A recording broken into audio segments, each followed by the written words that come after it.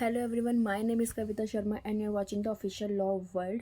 So everyone, a few days ago I asked the students in my WhatsApp group which subject they wanted me to cover first and most of them said drafting. So as you all know, exams are just around the corner. So we need to studying to score good marks. So as per the students request, I am going to complete the drafting syllabus first. I have already uploaded 4 or 5 videos on drafting and I have also attached the link in my description box. So let's get started. So guys, आज का topic है partnership deed. मैंने इससे पहले भी in suit for permanent injunction, temporary injunction, divorce petition और जो भी मोस्ट इम्पॉर्टेंट क्वेश्चंस थे उनकी पीडीएफ मैंने ऑलरेडी अपलोड करी हुई है और वीडियोस भी डाली हुई हैं. अगर पीडीएफ मैंने अपलोड नहीं करी है तो मैं उनको जल्दी अपलोड कर दूँगी. ठीक है. तो जो पार्टनरशिप डीड है इसका क्वेश्चन एग्ज़ाम में 20 मार्क्स का आता है. ठीक है. एग्ज़ाम में इसको बहुत अच्छे से प्रिपेयर करना होगा आपको एग्ज़ाम के लिए, क्योंकि 20 मार्क्स का क्वेश्चन इसी से आएगा. तो पार्टनरशिप बेसिकली क्या है? ठीक है.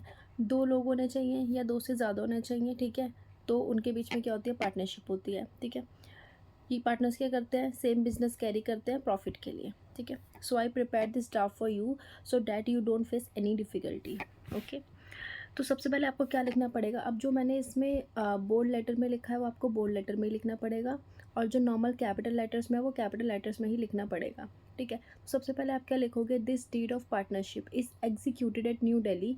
अब जहाँ पे भी एग्जीक्यूट हो रही है डीड, ठीक है, उसका टाइम, प्लेस और ईयर वो लिखना पड़ेगा आपको. फिर क्या करना है? बिटवीन, मतलब 2 जनों के बीच में हो रही है. ठीक है. तो किस किस के बीच में हो रही है? पार्टनर्स. अब एग्ज़ाम में ऐसा भी होता है कि आपको क्या होता है कि फैक्ट्स नहीं दे रखे होते. कभी कभी फैक्ट्स नहीं दे रखे होते, आपको इमेजिनरी फैक्ट्स खुद ही बनाने पड़ते हैं. तो अगर आपको खुद से फैक्ट्स बनाने हैं तो आप ये पूरा ड्राफ्ट अपनी तरफ से प्रिपेयर कर सकते हैं और एज इट इज़ इसको लिख सकते हैं. लेकिन अगर क्वेश्चन में अलग दे रखा है, पार्टीज़ अलग दे रखी हैं और उनका जो अमाउंट है, इनिशियल कैपिटल है, वो भी अलग दे रखी है, तो वो सब आपको उसके अकॉर्डिंग इसमें फ्रेम करना पड़ेगा. तो मैंने इसमें जो जो मेन चीज़ है उनको हाईलाइट कर दिया है. ठीक है. बाकी आप इस ड्राफ्ट को अच्छे से देख लोगे. ठीक है. तो 2 पार्टी होंगी, उसमें क्या आएगा? पार्टी का नेम आएगा, एड्रेस आएगा. ठीक है. तो सबसे पहले क्या होगा? First party. अब जो लिखा है ना, hereinafter called the first party which expression shall mean and include his heir successor executors and legal representatives. ये आपको एज इट इज़ लिखना पड़ेगा. ठीक है. पार्टी के नाम के बाद, एड्रेस के बाद ये सेम एज इट इज़ जाएगा. ठीक है. फिर है हमारे पास दूसरी party.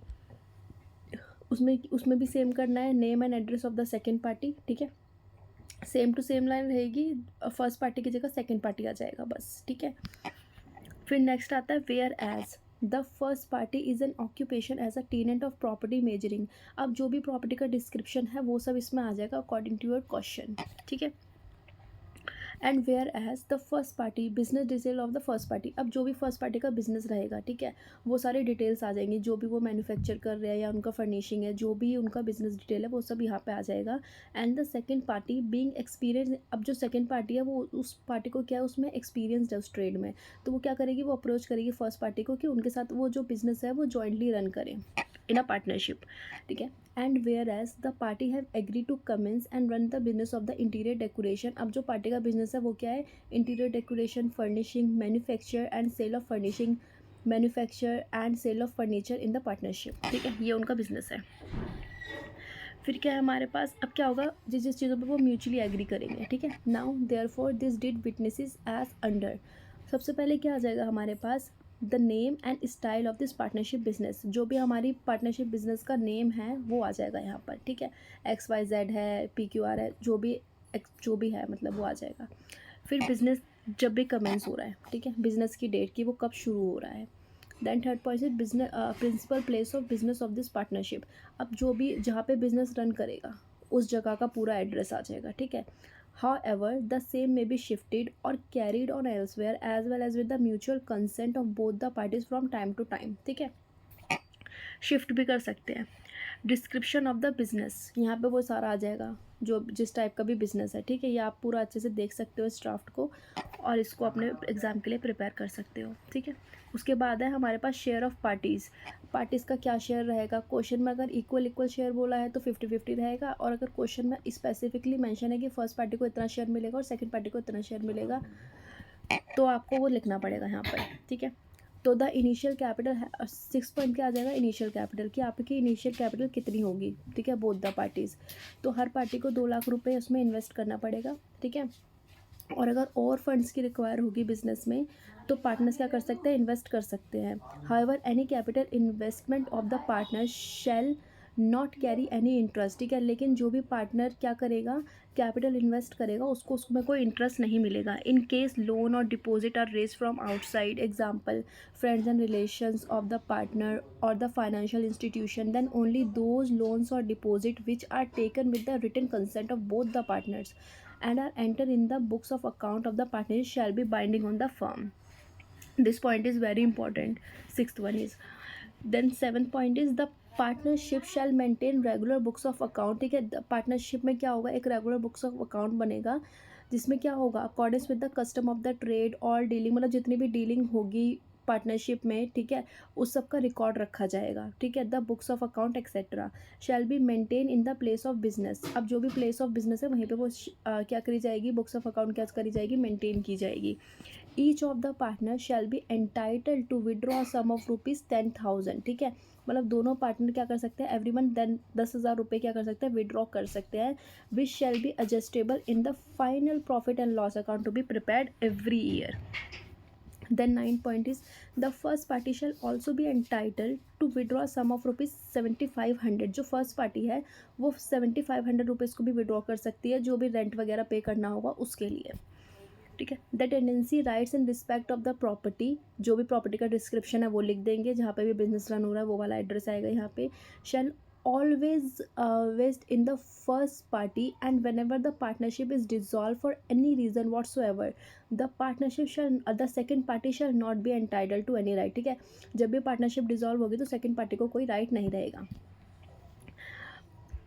That the partnership shall maintain proper books of account in the normal course of business at the principal place of its business, and the same always be open for inspection to the partners, ठीक है।